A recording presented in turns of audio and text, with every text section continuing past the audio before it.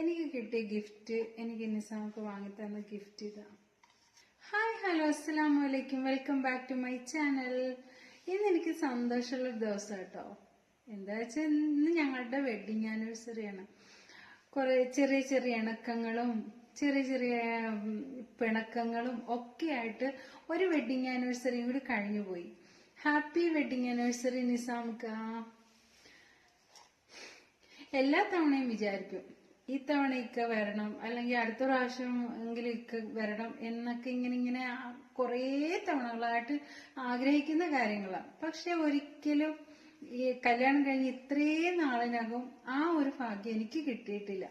കഴിഞ്ഞ തവണ ഞാൻ പറഞ്ഞു ഇത്തവണയെങ്കിലും ഇക്ക എന്റെ കൂടെ ഉണ്ടാവണേ ഇക്ക.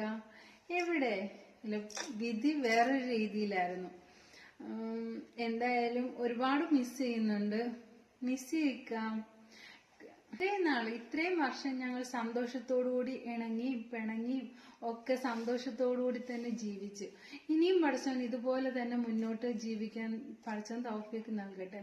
കഴിഞ്ഞ 5 വർഷത്തോളമായിട്ട് ഈ കല്യാണം കഴിഞ്ഞത് മുതല് ഇക്ക എനിക്ക് എന്തെങ്കിലുമൊക്കെ ഗിഫ്റ്റുകൾ തരുമായിരുന്നു. വെഡിങ് ആനിവേഴ്സറിക്ക് എന്തെങ്കിലുമൊക്കെ ഗിഫ്റ്റ് ഒക്കെ തരുമായിരുന്നു. കഴിഞ്ഞ ഒരു 5 വർഷമായിട്ട് അങ്ങനെ ഗിഫ്റ്റോ കാര്യമോ അങ്ങനൊന്നും ഇല്ല. കാരണം വെച്ചാൽ ഞങ്ങൾ ഈ വീട് പണി അങ്ങനെയൊക്കെ കാര്യമായപ്പോഴത്തേനും നമുക്കറിയാമല്ലോ സാഹചര്യങ്ങളൊക്കെ. അപ്പൊ ഞാനൊന്നും പറഞ്ഞിട്ട് എനിക്ക് അത് വേണം ഇത് വേണം അങ്ങനെയൊന്നും ഞാൻ പറയാറേ ഇല്ല. പിന്നെ ഇത്തവണ ഞാൻ പറയാതെ പോലും 1 മാസം മുന്നേ തന്നെ എനിക്കൊരു ഗിഫ്റ്റ് വാങ്ങി ഇക്ക തന്നിട്ടുണ്ടായിരുന്നു. ഞാൻ ലാസ്റ്റ് കാണിക്കട്ടോ. അങ്ങനെ എന്താ ഒരുപാട് ഹാപ്പിയായി. അങ്ങനെ ഗിഫ്റ്റ് കിട്ടിയിട്ടേ ഹാപ്പി ആവുള്ളൂ എന്നൊന്നുമില്ല. തന്നപ്പം നല്ലൊരു സന്തോഷമായി. എനിക്ക് ഈ ഒരു ഗിഫ്റ്റ് തന്ന സ്ഥാനത്ത് ഇക്ക നാട്ടിലേക്ക് വന്നതായിരുന്നു എങ്കിൽ എന്താ പറയാ, എനിക്ക് ഇരട്ടി മധുരമായിരുന്നു. എനിക്ക് കിട്ടാവുന്നതിൽ ഏറ്റവും വലിയൊരു ഗിഫ്റ്റ് തന്നെ എനിക്ക് അതായിരുന്നു. ശരിക്കും പറഞ്ഞാൽ ഞങ്ങളുടെ പിണക്കം എന്ന് പറയുന്നത് ആരും പറഞ്ഞ സത്യം പറഞ്ഞാൽ വിശ്വസിക്കില്ല. വരാൻ വേണ്ടിയിട്ട് ഇക്ക നാട്ടിലേക്ക് വരാൻ വേണ്ടിയിട്ടുള്ള അടികൂടലാണ് ഞങ്ങൾ തമ്മിലുള്ള പിണക്കം. ഏറ്റവും മെയിനായിട്ടുള്ള പിണക്കം പല പിണക്കങ്ങൾ ജീവിതമല്ലേ, അത് പല പിണക്കങ്ങളും കാണും. എങ്കിലും ഞങ്ങൾ തമ്മിലുള്ള ഏറ്റവും വലിയ പിണക്കം എന്ന് പറഞ്ഞത് നാട്ടിലേക്ക് വരാൻ വേണ്ടിയിട്ടുള്ള പിണക്കങ്ങളാണ്. ഏറ്റവും വലിയ അടികൂടക്കം ഞങ്ങൾ തമ്മിലുള്ളത്. ഇപ്പൊ വരാം പിന്നെ വരാം, ഇപ്പൊ വരാം പിന്നെ വരാം എന്നും പറഞ്ഞിട്ട് ഇങ്ങനെ അങ്ങ് പോകും. ശരിക്കും പലരും പറയും ഗൾഫുകാരന്റെ വൈഫല്ലേ, അവർക്ക് എല്ലാ സൗകര്യവും ഇല്ലേ, ഭയങ്കര ലക്കിയാണ്, ഭയങ്കര ഭാഗ്യവതിയാണ്.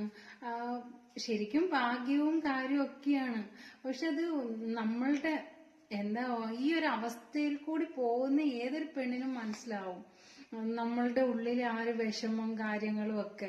കല്യാണം കഴിഞ്ഞിട്ട് എത്ര വർഷമായി, ഇതുവരെയ്ക്ക് ഒരു വെഡിങ് ആനിവേഴ്സറിക്ക് അല്ലെങ്കിൽ ഒരു പെരുന്നാള് അല്ലെങ്കിൽ ഒരു വിശേഷ ദിവസങ്ങളൊക്കെ നമുക്ക് ആഗ്രഹങ്ങളില്ലേ നമ്മളുടെ ഹസ്ബൻഡിന്റെ കൂടെയൊക്കെ ഒരുമിച്ച് ജീവിക്കണം, ഒരുമിച്ച് ആ ഒരു ആഘോഷത്തിൽ പങ്കുചേരണം എന്നൊക്കെ ഞാൻ എപ്പോഴും ആലോചിക്കും.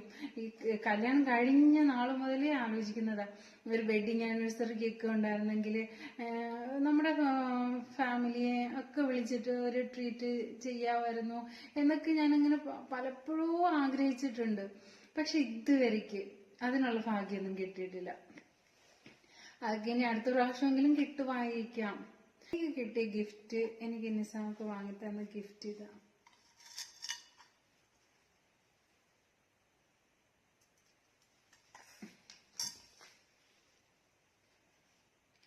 ഇതാണ് എനിക്ക് വാങ്ങിത്തന്ന gift.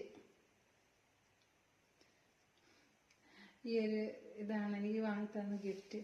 Thank you so much ഇക്ക, താങ്ക് യു. ഇത് വെഡിങ് ആനിവേഴ്സറിക്ക് ഒരു മാസം മുന്നേ തന്നെ എനിക്ക് വാങ്ങി തന്നിരുന്നു കേട്ടോ. പിന്നെ കുറെ നാളിന് ശേഷം വാങ്ങി തന്നതായി, ഇപ്പം ഒരു 5 വർഷത്തിന് ശേഷം. എന്തായാലും ഒരുപാട് താങ്ക്സ്. പക്ഷെ എനിക്ക് ഈ ഗിഫ്റ്റിനേക്കാളും ഏറ്റവും അത്യാവശ്യം എനിക്ക് ഇക്ക എൻ്റെ അടുത്ത് വരുന്നതായിരുന്നു.